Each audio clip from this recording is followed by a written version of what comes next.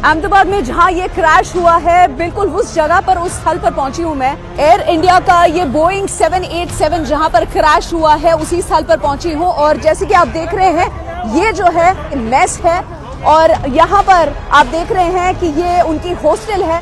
और इस बिल्डिंग को जो आग लगी है, जैसे कि आप देख रहे हैं, कांस्टेंट इस पर पानी चढ़ा के इस आग को बुझाया जा रहा है। मेघानी नगर में, अहमदाबाद में, ये जो एरिया जहां पर ये दुखद घटना बनी है, मैं आपको बताना चाहूंगी, एयर इंडिया की ये बोइंग फ्लाइट थी जिसे ड्रीम लाइनर 787 कहा जाता है। और जैसे कि हमें पता चला है कि इसकी पैसेंजर कैपेसिटी ऑलमोस्ट 300 लोगों की होती है, लेकिन इसमें 242 लोग सवार थे, इंक्लूडिंग जो क्रू था 12 लोगों का, that is including the 2 pilots जो बहुत ही ज्यादा एक्सपीरियंस पायलट्स थे। जो विजुअल्स दिखाई पड़ते हैं उसके हिसाब से एक्सपर्ट्स का कहना है कि doesn't look like a bird hit, लेकिन इतना ही कि इंजन ने जवाब दे दिया था, अपना पावर लूज कर दिया था। और इसीलिए एयर ट्रैफिक कंट्रोलर से संपर्क करने की कोशिश भी की थी पायलट्स ने, लेकिन जब ये नहीं हो पाया था, जब एयर ट्रैफिक कंट्रोलर ने वापस उनको कांटेक्ट करने का प्रयास किया, तब कांटेक्ट नहीं हो पाया। एंड आई एम श्योर कि इसमें कोई टेक्निकल स्नैग रहा होगा।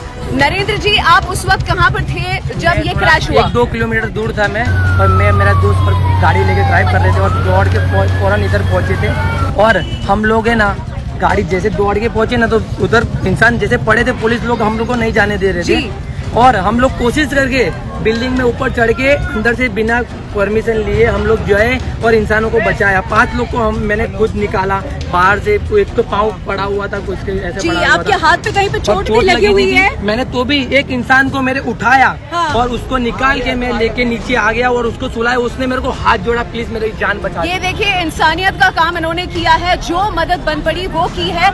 लेकिन उसी के साथ बहुत सारे ऐसे भी लोग थे जो आपने देखे थे, जो क्या कर रहे थे, प्लीज बताएं।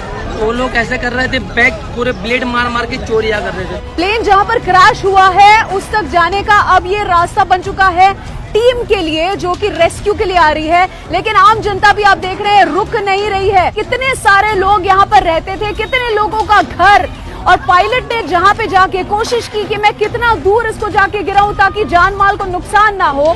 और ये पायलट की सोच होगी उस क्षण के लिए। यहाँ पर एक ऐसा परिवार जिनका घर इतना करीब है, उस समय पे आपने क्या देखा?